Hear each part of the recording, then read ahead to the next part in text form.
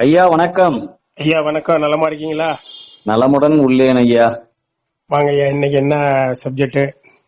இன்னைக்கு நம்ம ஜோதிட சாஸ்திரத்துல சொல்லுங்க. களத்திர தோஷம் சொல்றாங்க இல்லைங்க ஐயா. நீங்க ஜோதிடம் பார்க்கும்போது இது களத்திர தோஷம் இருக்கு. ஆமா. அப்படின்னா என்ன, கொஞ்சம் மக்களுக்கு கொஞ்சம் எளிதா புரியும்படி கொஞ்சம் சொல்லுங்க. அதே சமஸ்கிருத சொல்லு களத்திரம்ங்கிறது. தமிழ்ல வந்து நமக்கு திருமணம் இல்லையா? கல்யாணம் செய்து தரணும். அதாவது திருமணம்ங்கிறத நமக்கு வந்து மக்களுக்கு எளிமையா போய் சேரும். களத்திர தோஷம் என்பது திருமண தோஷம். அது 7ஆம் இடம். அந்த 7ஆம் இடம் வந்து ஜாதகத்துல அதாவது 2 குடும்பம் 7 வந்து திருமணம். என்ன 2 குடும்பங்கிறீங்க அப்புறம் 7 திருமணங்கிறீங்கன்னு சொல்ல அப்படின்னா, இந்த 2 இடமும் நல்லா இருக்கணும் ஜாதகத்துல. ரொம்ப ரொம்ப முக்கியம். பாத்தீங்கன்னா 7ஆம் இடம் 2ஆம் இடம், அடுத்தது 3வதாக மாங்கல்யங்கிறத 8ஆம் இடம். இது 3மே சிறப்பா இருக்கணும். ரொம்ப முக்கியம் 2 7 திருமணத்துக்கு. அந்த களத்திர தோஷம் அப்படின்னு களத்திர ஸ்தானம் என்பது 7, அதான் திருமண வாழ்க்கை. அப்ப அந்த 7ஆம் இடம் வந்து நமக்கு அந்த கட்டம் வந்து காலியா இருக்கணும். இல்லைன்னா அதுல வந்து பாத்தீங்கன்னா அந்த 7க்கு உடையவனும் நல்லா இருக்கணும். கட்டம் காலியா இருக்கிறது மட்டும் இல்லாம 7க்கு உடைய அந்த கிரகமும் சிறப்பா இருக்கணும். இப்ப 7ல பொதுவா இப்ப பாத்தீங்கன்னா செவ்வாய் தோஷம் அப்படிங்கறது எல்லா கிரகமுமே தோஷம் உண்டுங்க. இப்ப நாம நடைமுறையில எதை எடுத்துக்கிறோம் பாருங்க. மக்கள் வந்து பாத்தீங்கன்னா எந்த செவ்வாய் தோஷம் இருக்கு அப்படின்னு கேட்பாங்க. நீங்க நிறைய கேள்விப்பட்டிருப்பீங்க. ஆமா ஆமா, முதல்ல அதுதானே பாக்குறாங்க. எல்லா கிரகமுமே தோஷம் உண்டு. அதாவது சூரியன், சந்திரன், செவ்வாய், ராகு, குரு, சனி, புதன், கேது, சுக்கிரன் 9 கிரகமும் தோஷம் உண்டு. ஏன் செவ்வாயை மட்டும் நம்ம எடுத்துக்கிறோம் அப்படின்னா அது ரொம்ப மோசமானது. ஏன்னா பிளட் ரத்த நாளங்களுக்கு, அதாவது ரத்தத்துக்கு அதிபதி வந்தான் குருதி. உடல்ல ரொம்ப ரொம்ப முக்கியம். எல்லாத்த விட உங்களுக்கு வந்து பிளட் தானே, ரத்தம் தானே. ஆமா ஆமா ஆமா, அதை வச்சுதான் எல்லா கருவிகளுமே இயங்குது. உடல் குற்றுக்கு ரொம்ப முக்கியம் வந்து பாத்தீங்கன்னா நமக்கு அந்த ரத்தம். அப்படி பார்க்கும்போது லக்கணத்திலிருந்து 2 4 7 8 12 செவ்வாய் தோஷம். அதே போல ராசி, உடலானது ராசி, உயிரானது லக்னம் ஐயா. உயிருங்கிறதுதான் பாத்தீங்கன்னா நம்ம பிறந்த நேரம். ஒரு பாமரன் கூட சொல்லுவான் அவன் பிறந்த நேரையா அப்படிமா. அந்த உயிரானது லக்னம், உடலானது ராசி. இந்த உயிரான லக்னத்தில இருந்து பாக்கணும். சந்திரா லக்னம் ராசி என்பது சந்திரன் எங்க இருக்குதோ அதான் ராசி ஒரு மனிதனுக்கு. இப்ப நீங்க உங்களுக்கு துலாத்துல சந்திரன் இருக்கும். இப்ப நீங்க துலா ராசினா சந்திரன் வந்து துலாத்துல இருக்கும். எந்த ராசிக்காரர்களோ ஈஸியா நீங்க சொல்லலாம். பார்த்தோம் சந்திரன் இப்ப உங்களுக்கு கட்ட 12 தெரிஞ்சு போச்சுன்னு, இது மீனா மேஷா ரிஷபம் தெரிஞ்சதுன்னா நீங்களே கண்டுபிடிச்சிருவீங்க. சந்திரன் வச்சு நீங்க என்ன ராசியான்னு கேட்டுருவீங்க. சந்திரன் எங்க இருக்குதோ அதுதான் ராசி. இப்ப உங்களுக்கு வந்து துலா ராசி நீங்க இல்லையா, உங்களுக்கு துலாத்துலதான் சந்திரன் இருக்கும். அப்ப சந்திரன் என்பது உடலான சந்திரன் என்பதும் ஒரு சந்திரா லக்னம்னு சொல்லுவோம். சந்திரன் ரொம்ப முக்கியமானது, உடல்காரகன். உயிர்காரகன் யாருன்னு கேட்டீங்கன்னா லக்னம், லக்னத்துக்கு அதிபதி. அப்ப 2 இடத்துல இருந்துமே ஒவ்வொரு பலனையும் வாழ்க்கையில வந்து எப்படி ஒரு மனிதனுக்கு 2 கண்களோ அதே போல ஜோதிட சாஸ்திரத்துக்கு ரொம்ப முக்கியமா உள்ளது இந்த 2 கண்கள். அதுக்கப்புறம் சூரியன் சுக்கிரன் சொல்லுவாங்க. 2 கண்கள் ரொம்ப ரொம்ப முக்கியம். அது சந்திரனும் லக்னமும். இப்ப சந்திரன்ல இருந்து பாத்தீங்கன்னாலும் இந்த 2 4 7 8 12 செவ்வாய் இருந்தா தோஷம் தான். இப்ப இதுல 2 4 12 விதிவிலக்கு. அதாவது இது தோஷம் தான். இது ஒரு பெரிய பிரச்சனைகளை கொடுக்காது அப்படின்னு சொல்லலாம். இருக்கும் விதிவிலக்கா வச்சிருக்காங்க, விதிவிலக்கா இருக்கும். அந்த 7 8 நிவர்த்தியே கிடையாது. 7ஆம் இடம் திருமண ஸ்தானம். அதை களத்திரம் கேட்டீங்களா, இப்ப அதுக்கு வந்துருவோம். இந்த களத்திர ஸ்தானம் அதாவது திருமண அந்த ஸ்தானத்துல போய் இருந்ததுன்னா அந்த திருமணத்துக்கு உரிய 7ஆம் இடத்துல வந்து இப்ப பாத்தீங்கன்னா செவ்வாய் இருந்தா இல்லற வாழ்க்கை சரியா இருக்காது. புரியுதுங்களா? இப்ப 7ல சனி இருந்தா நல்லா இருக்குமா அப்படின்னு நீங்க கேட்க கூடாது. சனி, ராகு, கேது எதுவுமே 7ல வந்து 7ஆம் இடத்துல ஏற்கனவே நான் பதிவு பண்ணிருக்கேன். எந்த கிரகமும் இருக்க கூடாது இருக்கேன். 7வது கட்டம் காலியாவே இருக்கணும், காலியா இருக்கணும். அது மட்டும் இல்ல, அந்த இடத்துக்குரிய அதிபதியும் நல்லா இருக்கணும். காலியா இருந்து மட்டும் வாழ்க்கை நல்லா இருக்குன்னு சொல்ல முடியாது. அந்த 7ஆம் இடம் பொண்ணுல இப்ப நீங்க வந்து இப்ப ஒரு நீங்க உங்க லக்னம் என்ன, மிதுன லக்னம். நீங்க மிதுன லக்னம். உதாரணத்துக்கு சும்மா உங்க லக்னத்தை ஒரு உதாரணத்துக்கான எடுத்துக்கிறேன். மிதுன லக்னம் 7ஆம் இடம் வந்து குரு, அதான் மனைவி ஸ்தானம். அந்த 7ஆம் இடத்துக்கு உரிய குரு வந்து ஜாதகத்துல நல்லா இருக்கு. அந்த 7ஆம் இடம் காலியா இருந்து மட்டும் சிறப்பு இல்ல. 7ஆம் இடத்து அதிபதி வந்து குரு, அவன் வந்து உங்களுக்கு ஜாதகத்துல நல்லா இருக்கும். அவன் போய் 6ல உட்கார்ந்து இருந்தான்னு வச்சுங்க, நான் 6ஆம் இடம் அழிவு சாரம். ஒரு மனிதனுக்கு லக்னத்திலிருந்து 6ஆம் இடம் தான் அழிவு சாணம், அதாவது நாச சாணம் சொல்லுவோம். கொடியது, அதாவது செய்வினை, பில்லி சூன்யம், ஏவல், இந்த மாதிரி எல்லாம் மக்கள் மாட்டிட்டு தவிக்கிறாங்கல்ல. கண்டிப்பா. ரொம்ப கொடுமையான இடம் வந்து ஜாதகத்துல ஒவ்வொரு மனிதனுக்கும் லக்னத்துக்கு 6ஆம் இடம் ரொம்ப மோசமான இடம். இப்ப நீங்க இந்த 7ஆம் இடத்து அதிபதி போய் நாசத்துல உட்கார்ந்தா என்ன அர்த்தம்? திருமண வாழ்க்கை நாசம் அப்படின்னு அர்த்தங்கய்யா. அந்த 7ஆம் இடத்துல ஒண்ணுமே இல்லாம இருந்து நீங்க கேட்டீங்களா, கட்டம் காலியா இருக்கிறதுனால மட்டும் நல்லா இருக்காது. அந்த இடத்துல அதிபதியும் சரியான இடத்துல இருக்கணும். நல்ல ஆளு உட்கார்ந்து இருக்கணும் அந்த இடத்துல. நல்ல ஆளு அதுல உட்கார கூடாது, அவன் நல்ல இடத்துல உட்கார்ந்து இருக்கணும். அதாவது 7ஆம் அதிபதி 7ல இருக்க கூடாது. 7ஆம் அதிபதி வந்து நல்ல இடம். நல்ல இடம்னா 2, 5, 7, 9, 11 லக்கணத்துக்கு இதெல்லாம் சுபஸ்தானம். இதுல இந்த 7 தவிர 2, 5, 9, 11 இதெல்லாம் இருந்தா ரொம்ப சிறப்பு. 4 இதெல்லாம் அந்த சுபகிரகம் இருந்தா ரொம்ப சிறப்பா இருக்கும் திருமண வாழ்க்கை. ரைட், அடுத்த கேள்விங்க ஐயா. நம்ம சைவ சித்தாந்தத்துல 3 வினை பயன் சொல்றாங்க இல்லைங்க? ஆமாங்க. தொல்வினை, நுகர்வினை, வருவினை. கண்டிப்பா. இந்த வினை பயன் பொருட்டு தான் நாம பிறவி எடுக்கிறோம். ஆமாங்கய்யா. ஆனா சொல் வழக்குல முன்னோர் செய்த புண்ணியம், முன்னோர் செய்த பாவங்களால் தான் இந்த குடும்பம் இப்படி இருக்குது. 2 விதத்திலும் சொல்றாங்க. உயர்ந்திருந்தாங்கன்னா முன்னோர் செய்த புண்ணியம்னுறாங்க. ரொம்ப அடிமட்டத்துக்கு போயிட்டாங்கன்னா அவங்க முன்னோர் செய்த பாவத்தாலதான் இவங்க இப்படி இருக்கிறாங்க அப்படின்னு சொல்லும் போது சைவ சித்தாந்த கருத்தும் இந்த கருத்தும் எதிர் நிலையில நிக்குது. கண்டிப்பா. திருமுறையும் சைவ சித்தாந்தமும் அதே திருமுறையும் ஒன்னாதான் சொல்லுது. அருமையான கேள்வி. இப்ப நீங்க கொண்டு வந்த கேள்வி மக்களுக்கு நீங்க வந்து அருமையா நீங்க அதை கொண்டு சேர்க்கிறீங்க.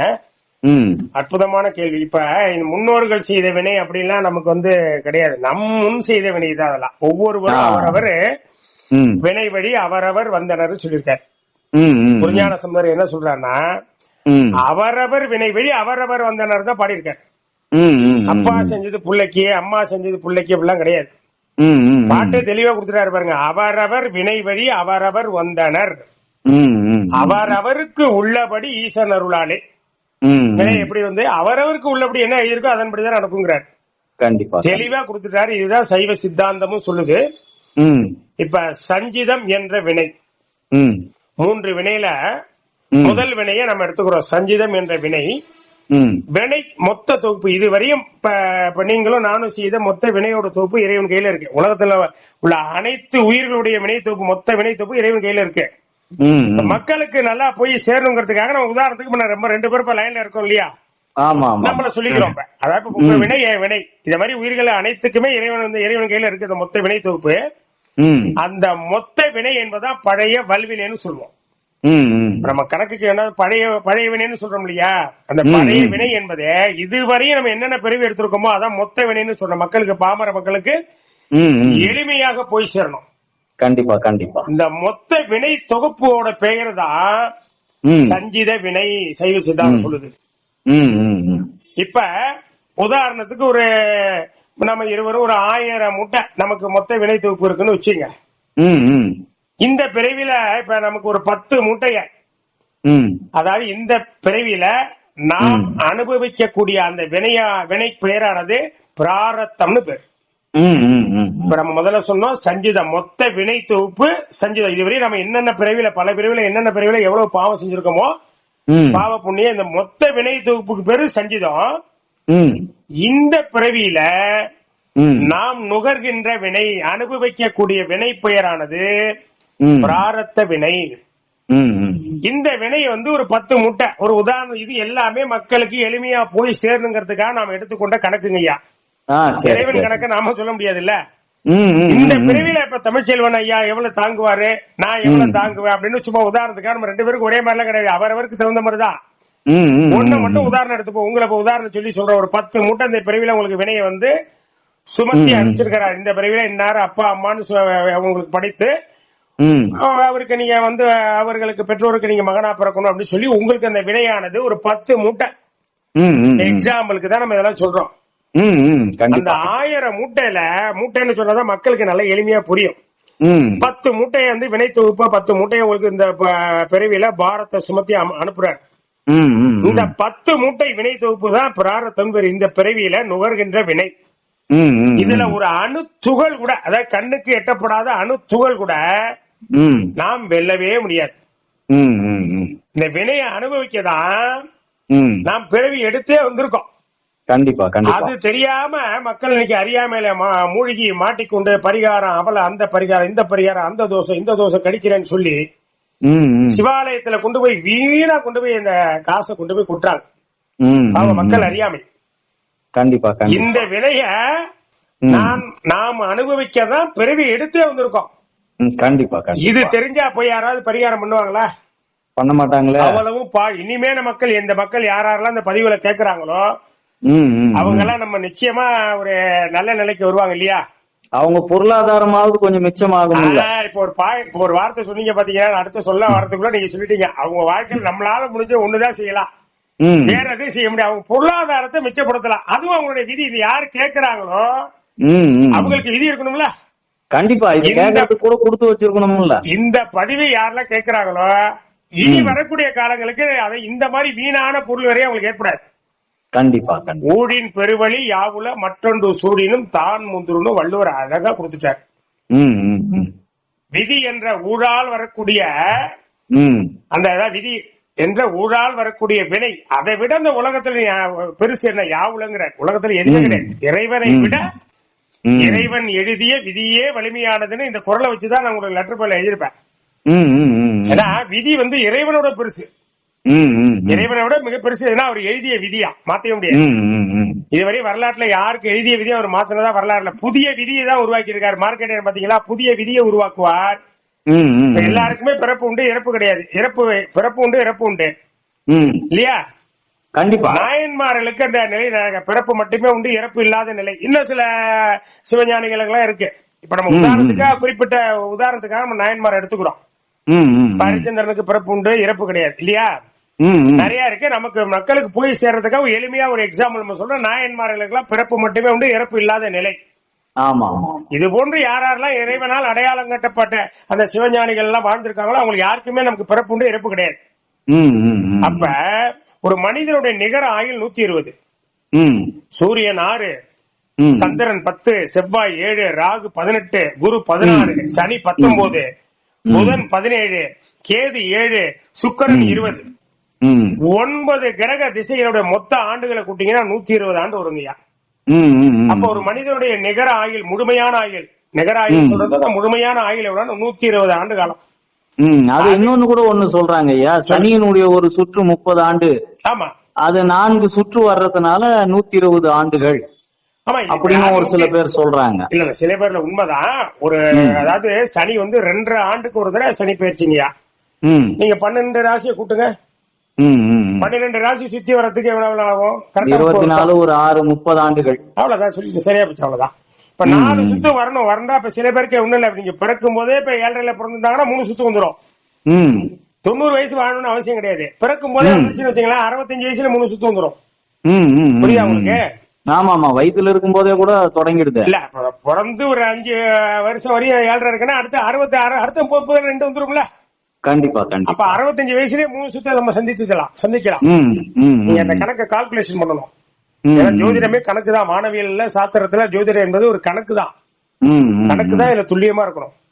இப்ப 120 ஆண்டு என்பது மனிதனுடைய நிகர ஆயுள். இப்ப எடுத்துக்கொண்ட சப்ஜெக்டுக்கு வந்துடும். இதே நம்ம நடுவுல வந்து மக்களுக்கு எளிமையா புரியறதுக்காக சொல்றேன். 120 ஆண்டுக்கு மேல எந்த கும்பனாலையும் வர முடியாது. இப்ப நம்ம 60 70 75 80 எல்லாம் பாக்குறோம். 90லாம் 100க்கு மேல இருந்தாவே பெரிய பிறவி புண்ணியம் இல்லையா? அவ்வளவு ஆண்டு காலம்னா வந்து ரொம்ப ரேர். ஏதோ 1000ல ஒருத்தர் தான் 100 வயசுக்கு மேல இருக்கிறாங்க. கண்டிப்பா. இப்ப இந்த சப்ஜெக்ட் வந்துடும். இப்ப இந்த 10 மூட்டை வினை எக்ஸாம்பிள் சொன்ன இல்லையா? நுகர் வினை. இப்பிறவியில் நாம் நுகர்கின்ற வினைக்கு பெயரானது பிராரத்தம்னு சொல்லுது சைவ சித்தாந்தம். அது அணு துகள் கூட வெல்ல முடியாததான். ஊழின் பெருவழி யாவுல மற்றொன்று சூழினும் தான் முந்துரும். இந்த விதியை விளக்கும் பொருட்டு நீ எவ்வழியை முயற்சி செய்து ஆராய்ச்சி செய்து முயற்சி செய்தாலும் விதியை வெல்றதுக்காக உன் முயற்சியின் முன்னதாக விதியே முன்னாடி வந்து நிக்குங்கிறார். தான் முந்துரும் விதியே முன்னாடி வந்து நிக்குங்கிறார். தெளிவா சொல்லிட்டாருங்க. இந்த ஒரு குறளுக்கு இலக்கணம் தெரிஞ்சா யாராவது போய் கோயில போய் பரிகாரம் பண்ணுவோமா? அவளை பரிகாரத்தை நாடுவோமா? கண்டிப்பா பண்ண மாட்டோம். இந்த முதல்ல இந்த குறளை தான் அடிக்கடி சொல்லணும் போல இருக்குது மக்கள். ஆமாங்க ஐயா, இந்த ஒரு குறள் போறோம் நமக்கு. அந்த ஊழல் 10 குறளுமே ரொம்ப அற்புதமா சொல்லிருப்பாரு. ஆனா இந்த ஒரு குறள் ரொம்ப ஆழமானது. விதியோட வலிமையை ரொம்ப ஆழமா சொல்றது இந்த குறளை சொல்ற. அப்ப திருமுறைகள் அதான் சொல்லுது நமக்கு. அதனால நமக்கு வந்து விரிவா இப்ப வந்து பாத்தீங்கன்னா பிராரத்தம் என்ற அந்த நுகர் வினையை நாம் அனுபவிக்கதான் பிறவி எடுத்தே வந்திருக்கோம். இது தெரிஞ்சா நம்ம வந்து எவ்வளவு அறியாமையில் இருக்க பாருங்க. பிறவி எடுத்து வந்ததே எதற்கு?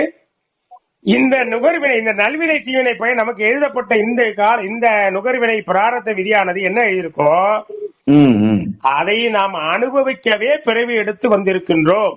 கண்டிப்பா. இது தெரிஞ்சா நாம இந்த மாதிரி அவலங்களை நாடவே மாட்டோம். இனி மக்கள் வந்து இதெல்லாம் போய் நம்ம கோயில போய் இந்த மாதிரிலாம் வீணான விரயங்களை செய்யக்கூடாது. கோயில போய் இறை வழிபாடு, சிவ வழிபாடு செய்யணும். அடுத்து பாத்தீங்கன்னா திருமுறை படிக்கட்டும். இதெல்லாம் ஒரு வினையை நம்ம குறைக்கிறதுக்கான வழி உண்டாது. நமக்கு பக்தியோட நிலை வந்து வைத்த வழிக்காக குற்றம் படக்கூடாது இல்லையா? கண்டிப்பா. நம்ம இவ்வளவு சொல்லிவிட்டு நீங்க தான் அணுத்துகள் கூட மாற்ற முடியாதுட்டீங்க. அப்ப இறைவனை வழிபட்டா மட்டும் வினைகள் குறையுங்கிறீங்களா? இந்த பதிவே சரியில்லையே அப்படிம்பாங்க மக்கள். கண்டிப்பா கண்டிப்பா. அடுத்து ஒரு கேள்வி கேட்பாங்க. ஆமா, அதனால அதையும் நம்ம தெளிவுபடுத்துறோம். நீங்க நம்ம 4 நெறியில இருக்கணும். நம்ம பக்தி நெறிங்கிறது நாமெல்லாம் வந்து பக்தர்களுடைய எத்தர்கள். அவர்கள் மாதிரி பக்தி செய்தா கண்டிப்பா வினையானது குறையும். அடுத்தது நாம இந்த பிறவில செய்யக்கூடிய நல்வினை தீவினை எல்லாம் இருக்கு இல்லையா? ஆமா. இதுக்கு பேர் வந்து வருகின்ற வினை. இப்ப நீங்க கேட்டீங்களா, அடுத்து வருகின்ற வினை. இதுதான் பாத்தீங்கன்னா நமக்கு ஆகாமியம்னு சொல்லுது சைவ சித்தாந்தம். ஆகாமிய வினை இதுதான் வருகின்ற வினை. இப்பிறவியில நாம் பிறந்ததிலிருந்து கரு முதல் கல்லறை வரை நாம் செய்யக்கூடிய நல்வினை தீவினை பயனை நுகரக்கூடிய அடுத்த தொடர் இதுதான் ஆகாமிய வினை. இந்த பிரிவில் நம்ம செய்ததெல்லாம் அடுத்த பிரிவு நம்ம காத்துட்டு இருக்கு. கண்டிப்பா கண்டிப்பா. அது தெரியாம நாம என்ன பண்றோம் தெரியுங்களா? மக்கள் அறியாமையில நான் இந்த பிறவியிலேருந்து நல்லதே செஞ்சுட்டு இருக்கேன். ஆனா எனக்கு எல்லாமே பாருங்க, எனக்கு எல்லாம் வாழ்க்கையில எல்லாமே சொந்த காசுல சூன்யம் வச்சுக்கிட்ட மாதிரி என் வாழ்க்கை எல்லாமே இழந்து நிக்கிறேங்க. ஒரு வாழ்க்கையில ஒரு நிம்மதி கூட இல்லைங்க, ஒரு இன்பம் கூட இல்லைங்க. கடவுளுக்கு கண்ணு இல்லைன்னுறாங்க. இல்ல, என்கிட்ட வரக்கூடிய கிட்டத்தட்ட லட்சக்கணக்கான ஜாதகம் பார்த்திருக்கிற ஆயிரக்கணக்கான மக்கள் என்கிட்ட சொன்ன செய்தி எல்லாம் இதுதான். நீங்க சொல்றதெல்லாம் சரிங்க, ஆனா இந்த பிரிவுல நான் நல்லதே செஞ்சிருக்கேங்க, எனக்கு வாழ்க்கையில ஒரு நல்லது கூட அனுபவிச்சதுதாம்பாங்க. நான் செய்யறதெல்லாம் நல்லது, நல்வினை மட்டும் தான் செஞ்சுட்டு வரேன், நான் பாத்தீங்கன்னா துன்பப்பட்டுக்கிட்டே இருக்கேங்க, என்னைக்கு எனக்கு விடிவு காலம் இப்படி எல்லாம் கேட்பாங்க. அதெல்லாம் நான் நினைக்கும் போது நமக்கு வேதனையா இருக்கும். அடுத்த பிறவில பாத்துக்கலாம், அடுத்த பிறவில பாத்துக்கலாம்னு சொல்லுவேன். இப்ப நீங்க செய்றீங்களா, கவலைப்படாதீங்க. இப்ப இந்த புலம்புறீங்கல்ல, போன பிறவில செய்து உங்களுக்கு தெரியல. இந்த பிரிவில நீங்க செய்யக்கூடிய நல்வினை தீவினை விவரம் தெரிஞ்ச காலத்துக்கு பிறகு ஒரு 15 வயசு எடுத்துப்போம். நல்ல விவரம் தெரிஞ்ச காலத்துக்கு பிறகு வரக்கூடிய நம்ம நல்வினை தீவினை வந்து இப்ப அவரவர்களுக்கே தெரியும். இதுவரை இப்ப நம்ம நீங்க ஒரு 52, 53 வயசு வந்துட்டீங்க, நான் ஒரு 57 பிறகு ஆரம்பம். இப்ப எனக்கு விவரம் தெரிஞ்சதுல நான் நல்லது கெட்டது எனக்கு உங்கள்கிட்ட வேணா நான் மறைக்கலாம், நீங்க என்கிட்ட மறைக்கலாம், ஆனா உங்களுக்கு உங்க மனசாட்சி தெரியும்ல. கண்டிப்பா கண்டிப்பா கண்டிப்பா நமக்கு என்னென்ன நல்லது செஞ்சிருக்கோம் கெட்ட செஞ்சு நம்மளே ஒரு சமன் செய்து பார்ப்போம். துலாக்கோல் மாதிரி நம்ம மனசுல ஓடிட்டு இருக்கோம், இவ்வளவு செஞ்சிருக்கோம் இவ்வளவு பண்ணிருக்கோம் இல்லீங்களா? கண்டிப்பா அனைவருக்கும் அவங்கவுங்க செஞ்ச வினை தெரியாம எப்படி போகும்? கண்டிப்பா அதற்கு தகுந்த மாதிரி அடுத்த பிறவி காத்துட்டு இருக்கு, வரி பிறவி காத்துட்டு இருக்கு. இந்த 3 வினைகள் தான் சைவ சித்தாந்தமும் திருமுறையிலும் நமக்கு ஆழமாக எடுத்துரைக்கின்றது. குருஞான சம்பந்தர் சிவபோக சாரம்னு பாடியிருக்கார். இந்த சிவபோக சாரம் எல்லாமே தலைப்பு கூட நம்ம மாத்தி வச்சுக்கலாம், விதி வழி சாரம்னு வச்சுக்கலாம். முழுக்க முழுக்க விதியை பத்தி தான் சொல்லியிருக்காரு இந்த பாட்டுல. தலைப்பு பாருங்க, சிவபோக சாரம், ஆனா ஃபுல்லா விதியை பத்தி தான். சும்மா தனு வருமோ சும்மா வருமோ சுகதுக்கம் நம்மால் முன் செய்த வினைக்கு ஈடாம் சிவனருள் செய்விப்பதென்றால்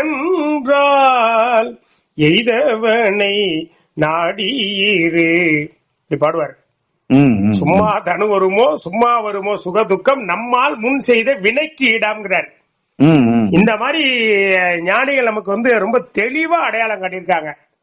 முந்தி செய்வினை இம்மைக்கண் அழிய மூர்க்கனாகி கழிந்தன காலம் சுந்தரமூர்த்தி சுவாமிகள். மேலை விதியே வினையின் பயனே சுந்தரமூர்த்தி சுவாமிகள்.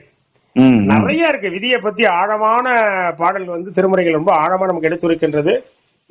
தொடர்ந்து இந்த மாதிரி மக்கள் வந்து இனிமையாவது இந்த மாதிரி கோயில்ல போய் நமக்கு இந்த பரிகார நவக்கிரக தலம் கிடையாது, நவக்கிரக வழிபாடு கிடையாது, இதெல்லாம் வந்து சித்தரிக்கப்பட்டது. நம்ம ஏற்கனவே பதிவுல கொடுத்திருக்கோம். கண்டிப்பா கண்டிப்பா இதெல்லாம் வந்து மாத்திட்டாங்க. அதாவது சிவ தலங்களை எல்லாம் பாத்தீங்கன்னா கிரக தலங்களாக மாற்றி விட்டார்கள், பரிகார தலங்களாக மாற்றப்பட்டு விட்டது. ஆமா, எல்லாம் கமர்ஷியல். இப்ப எங்கேயும் பக்தி எல்லாம் கோயில்ல வந்து கிடையாது. எல்லாம் இன்னைக்கு என்ன பரிகாரம் பண்ணலாம், நமக்கு இன்னைக்கு ஏதாவது பிரச்சனைனா உடனே எந்த கோயிலுக்கு போலாம், போய் நம்ம வந்து ஜோதிடர் பாப்போம், இல்லைன்னா கோயிலுக்கு போவோம், அர்ச்சகரை காலையில இருந்த உடனே டிவில சொல்லிடுறாங்கல்ல, இன்னைக்கு இந்த பிரச்சனைக்கு இந்த கோயிலுக்கு போங்கன்னு சொல்லிடுறாங்களே ஜோதிடர். குழந்தை ஒரு ஜோதிடர் போட்டிருக்காரு, குழந்தையின்மையா, திருமண தடையா, வாழ்வில் உங்களுக்கு எதிரிகளால் தொல்லையா, ரொம்ப ஏழ்மையா நீங்க கஷ்டப்பட்டு இருக்கீங்களா, இதையெல்லாம் நீங்க வந்தீங்கன்னா என்னட்ட உடனே நிவர்த்தி செய்து தரப்படும், பிரச்சனைகள் அனைத்தும் தீர்க்கப்படும். போர்டுல போட்டிருக்காரு. இவர் குழந்தை இல்ல, விதியிலே ஜாதகத்துல குழந்தை இல்ல, 5ஆம் இடம் குழந்தை பாக்கி 5-9 குழந்தைக்கான தன்மை 5ல போய் வந்து ரொம்ப கொடூரமா சனி செவ்வாய் போய் உட்கார்ந்து மலட்டு கிரகம், செவ்வாயோட சனியும் சேர்ந்து ராகு சேர்ந்து ரொம்ப மோசமான, அதாவது சர்ப்ப கிரகமும் சேர்ந்து இருக்கு, கொடிய பாவமா 5ல போய் உட்கார்ந்ததுன்னா இந்த பிறவிலே அந்த ஆணா இருக்கட்டும் பெண்ணா இருக்கட்டும் அவங்களுக்கு குழந்தைய பிறக்காது. ஒரு ஆணோட அந்த பெண்ணு சேர்ந்தா கூட குழந்தை பிறக்காது. ஒருத்தருக்கு மட்டும் இருந்து ஒருத்தருக்கு இல்லைனாலும் பிறக்காது. அப்ப இவருக்கு இப்ப இந்த பெண்ணுக்கு நல்லா இருந்து வேற ஒரு ஆடவனோட திருமணம் பண்ணாங்கன்னா குழந்தை பிறக்கும், இவரோட பிறக்காது. புரியுதா உங்களுக்கு? புரியுது புரியுது புரியுது. அப்ப இது ஒருத்தருக்கு இருந்தா கூட 2 பேருக்கு தேவையில்லை, ஒருத்தருக்கு இருந்தா கூட உங்க வாழ்க்கையில குழந்தைய பிறக்காது. இவ பாத்தீங்கன்னா ஜோதிடர் போட்டிருக்கா குழந்தை இல்லையா, உடனே அது பிரச்சனை. நாங்க என்ன செய்வார் அவரு? இப்ப நேத்து என்கிட்ட ஐயா ஒருத்தர் பேசுறாரு, நம்ம பதிவு நம்மளுடைய 2 பேர் பதிவும் கேட்டுட்டு, ஐயா சேலத்துல இருந்து நான் பேசுறேன், ரொம்ப வாழ்க்கையில பாதிச்சிருக்கேன் நானு, இந்த 10 வருஷமா பரிகாரத்தை நம்பி நிறைய பரிகாரம் செய்து, இப்ப என் வயசு தான் அவருக்கும், பரிகாரம் செய்து நாசமாயிட்டேன் பாருங்க. அப்ப எவ்வளவு அனுபவம் பாருங்க. இப்ப அனுபவமே சிறந்த ஆசான்னு எவ்வளவு தவறான வழிகாட்டுதல் கொடுத்துருக்காங்க, கொடுத்து பரிகாரம் பண்ணி அனுபவிச்சனாதான் அவர் பேசுறாரு. ஒண்ணு எனக்கு வாழ்க்கையில எந்த முன்னேற்றம் இல்ல, பரிகாரம் பண்ண காசை நம்ம மிச்சப்படுத்தி இருந்தா கூட என்னுடைய குழந்தைகளுடைய எதிர்கால கடமையை நம்ம செஞ்சிருப்பேன், கடமையை செய்ய முடியாம அளவுக்கு பொருளாதாரத்துல வீழ்ந்து கிடக்குங்கிறார். உங்கள்கிட்ட வந்து தெளிவுபட்டுட்டு இதுக்கப்புறம் நம்ம என்ன பண்ணலாம், அந்த குழந்தைகளுக்கு கடமையை செய்யணும், ஒரு தெளிவான நிலைக்கு நான் உங்கள்கிட்ட வந்ததுக்கு அப்புறம் வந்து எனக்கு கிடைக்கும் வாய்ப்பு இருக்கு, எனக்கு ஒரு நல்ல ஒரு வழியை காமிங்க, எங்க உலகம் நீங்க எங்க பதிவெல்லாம் கேட்டுட்டு எங்களுக்கு ஒரு நல்ல வழியை காமிங்களேன்னு சொல்றீங்களே, மறுபடியும் ஏதாவது என்ன பரிகாரத்தை நம்பி என்னட்ட வரீங்களான்னு. ஐயோ அதெல்லாம் இல்லவே இல்லைங்க, உங்கள்கிட்ட வந்து ஒரு தெளிவுபட்டு என்னுடைய ஜாதகத்துல என்ன விதி இருக்கு, இதுக்கப்புறம் நான் ஏமாறக்கூடாது இல்ல, அதன்படி நான் வாழ்க்கையை அமைச்சுக்கணும், விதிப்படி இப்படிதான் இருக்கு அப்படின்னா இந்த கடமைகளை செய்யறதுக்கு நம்ம பொருளீட்டல என்ன பண்ணலாம், நம்ம விதியை தழுவி நம்ம பொருளீட்டல் என்ன பண்ணலாம், கண்டிப்பா கண்டிப்பா அதை தெரிஞ்சுக்கிறதுக்கு நான் வரேங்க. ஏன்னா இப்ப உங்கள்கிட்ட பேசுறதுக்கு காரணம் என்னன்னா, உங்க பதிவுகளை கேட்டு நான் அந்த குழுல பயணிக்கிறாரு, பேர் சொல்ல அவரையும் பாப்பாரு, அந்த பேர் வேண்டாம், அவரு அந்த பதிவு இந்த பதிவு அவர் பாப்பாரு, கேட்பாரு கண்டிப்பா. நம்ம சேலத்துல இருந்து வரணும் இருக்காரு, நீங்க ஒரு அப்பாயின்மெண்ட் கொடுங்க, நான் சேலத்துல இருந்து வரணும், எனக்கு வாழ்க்கையை எப்படி இனிமே கொண்டு போகணுங்கிற ஒரு ஜாதகத்தை பார்த்து சொல்லிட்டீங்கன்னா தெளிவா அதன்படி நான் வழியை நடத்திக்கிறேன். இனிமே பரிகாரத்தை நான் மனதாக கூட தீண்ட மாட்டேன், ஏன்னா நொந்து போய் 10 வருஷம் திருப்பி நான் பதிவு விடுறேன், 10 வருஷம் நான் செய்த பரிகாரத்துல நாசமாயிட்டேன், ஒண்ணு கூட நடக்கலங்க பரிகாரம் செய்து, அதுக்கு மாறா என்னன்னு என் பொருள் எல்லாம் காலியானதாங்க மிச்சங்கிற, எல்லாம் பொருள் விரயத்தை நான் சந்திச்சதா மிச்சம், பரிகாரத்தினால ரொம்ப மனம் நொந்து என்கிட்ட பேசுறாருங்க. நம்ம பதிவின் மூலம் பல பேருக்கு கொஞ்சம் அந்த பரிகாரத்தை பற்றிய ஒரு புரிதல் வந்துட்டாவே போதும், எங்கோ ஒரு மூலையிலிருந்து தொடங்கிச்சுனாவே கண்டிப்பா அது கொஞ்சம் கொஞ்சமா தீப்பற்றி எறிகிற மாதிரி மக்களை போய் சென்றடையும். நிச்சயமாக நம்மளால முடிஞ்ச ஒரு அறத்தை மக்களுக்கு நம்ம செஞ்சுக்கிட்டே இருப்போம், அது இந்த பிறவியில் நமக்கு கிடைச்ச பாக்கியமா நினைச்சுப்போம். கண்டிப்பா கண்டிப்பா ஐயா, நல்ல அருமையான வார்த்தை சொன்னீங்க, அது பிறவி பாக்கியமா நம்ம வந்து எண்ணிதான் இப்ப இந்த பதிவு எல்லாம் கொடுத்துட்டு இருக்கிறோம். கண்டிப்பா கண்டிப்பா. நன்றிங்கய்யா. நன்றி நன்றி. அடுத்த ஒரு பதிவுல நல்ல ஒரு பதிவுல நம்ம சந்திப்போம். கண்டிப்பா சந்திப்போம். மிக்க மகிழ்ச்சிங்கய்யா. நன்றி நன்றி.